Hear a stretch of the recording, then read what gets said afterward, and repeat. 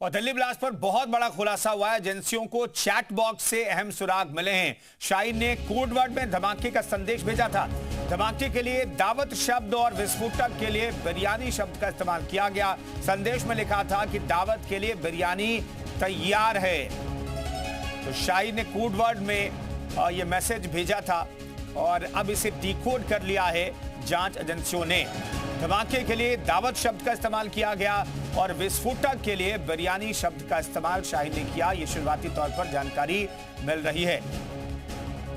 तुषार हमारे सहयोगी लगातार इस खबर पर बातचीत करने के जुड़े हुए हैं। तुषार, बेहद खतरनाक मंसूबे सामने आ रहे हैं और अब तो भाई और बहन के दोनों के खतरनाक मंसूबों का जिक्र हो रहा है। बिल्कुल देखिए, और सबसे खास बात है कि दोनों भाई बहन एक साथ रहते थे, काफ़ी क्लोज थे।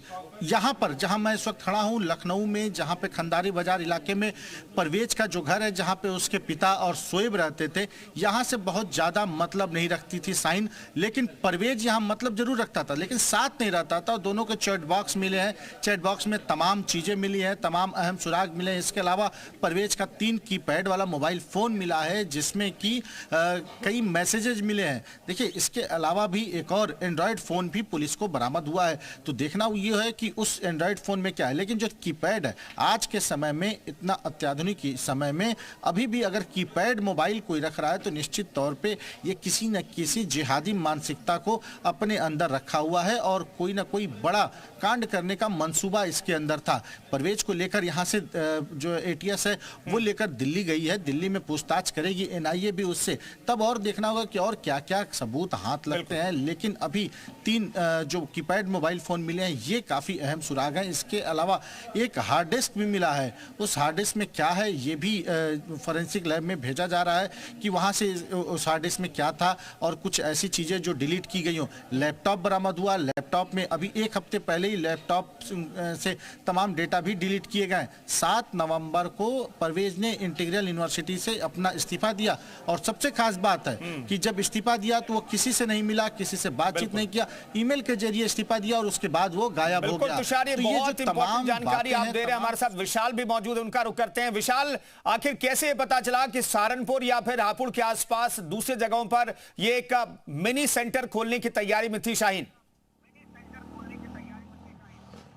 देखिए, चूंकि एक मिनी जो है जो रिक्रूटमेंट जो सेंटर है उसको लेकर जैश ने फंडिंग की थी। और सबसे बड़ी बात है कि इस पूरे मामले को लेकर शाहीन जो है उसने तमाम जगहों पर जाकर जो है, चाहे सहारनपुर हो चाहे हापुड़ हो, वहाँ पर जाकर एक बड़ी जगह जो है खोजी थी। हालांकि अभी उसको जो है तलाश चल रही थी, लेकिन इस पूरे मामले को लेकर उसने कई संस्थाओं से संपर्क भी किया था कि वो इस तरह का ट्रेनिंग सेंटर खोलने जा रही है जिसमें बच्चों की जो गरीब लड़कियों की पढ़ाई है वो करेगी। इसके साथ साथ एक गरीब जो है जो दवाखाना है जो अस्थायी तौर पर उसको चलाया जाएगा। तो ये तमाम ऐसी चीजें हैं, ये इसका जिक्र किया था। लेकिन इस ट्रेनिंग सेंटर में 10 बड़े कमरे जो हैं वो रखे जाने की तैयारी थी, हॉस्टल के तौर पर उनका प्रयोग होता। इसके साथ साथ एक नीचे तहखाने में एक जो है ट्रेनिंग सेंटर बनाया जाता। सहारनपुर हापुड़ में ऐसी जगह ढूंढी जाती थी जो रिहायशी इलाकों से थोड़ा सा दूर हो, आउटर में हो और बहुत ज्यादा किसी की नजर में ना हो। इस ट्रेनिंग सेंटर का मकसद ये था कि तमाम जो लड़कियां जो ट्रेनिंग करने आती उनको बरगलाया जाता, उनको समझाया जाता और उसके जरिए बाकायदा एक टीम लीडर बनाया जाता। एक जो अलग अलग 2 ट्रेनिंग थी, जो आतंकी बनाने को लेकर जो ट्रेनिंग थी जिसका सेशन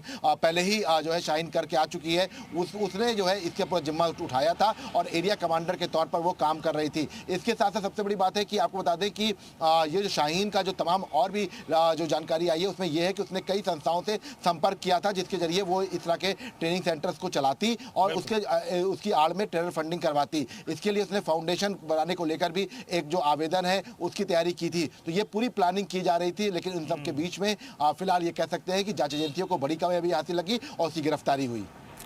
बिल्कुल, चैटबॉट से भी कुछ विशाल खुलासे हो रहे हैं। बिरयानी शब्द का इस्तेमाल किया गया, बिरयानी तैयार है। धमाके के लिए कुछ और शब्दों का इस्तेमाल किया गया। बहुत खतरनाक मंसूबे कुल मिलाकर के निकल करके सामने आए हैं। देखिए बिल्कुल ये आपको बता दें कि बाकायदा दावत के लिए बिरयानी तैयार है। ये आखिरी मैसेज 13 जुलाई 2025 को चैट बॉक्स में मिला था। उसके बाद उस चैट बॉक्स का प्रयोग नहीं किया गया। शाहीन की तरफ से ये मैसेज किया गया था। मतलब साफ है कि शाहीन को ये के पास जो विस्फोटक है वो पहुंच गया था और उसने इसी का क्लैरिफिकेशन करने के लिए कि सबको बताने के लिए कि दावत के लिए बिरयानी तैयार हो गई। मतलब विस्फोट आ गया है, विस्फोटक आ गया है और अब जब भी चाहे विस्फोट कर सकते हैं। इसको लेकर पूरी प्लानिंग की जा रही है। मतलब आप सोचिए 2 साल से ये पूरी तैयारी की जा रही थी शाहीन की तरफ से और बहुत जो है इनिशियल स्टेज पे जाकर जो है तैयारी करें ताकि किसी तरह से जांच एजेंसियों को इसकी भनक ना लगे। बाकायदा इसके लिए कमांड सेंटर्स के लिए जगह ढूंढी जा रही थी, लोगों को जोड़ा जा रहा था। इसके साथ साथ आपको बता दें कि ये जो चैट बॉक्स है इसमें सभी जो आतंकी जो गिरफ्तार हुए हैं वो जुड़े हुए थे, उनको ये मैसेज शाहीन की तरफ से दिया गया। मतलब विशाल, मैं रोक रहा हूं, इस वक्त की बड़ी खबर दर्शकों को बता देते हैं।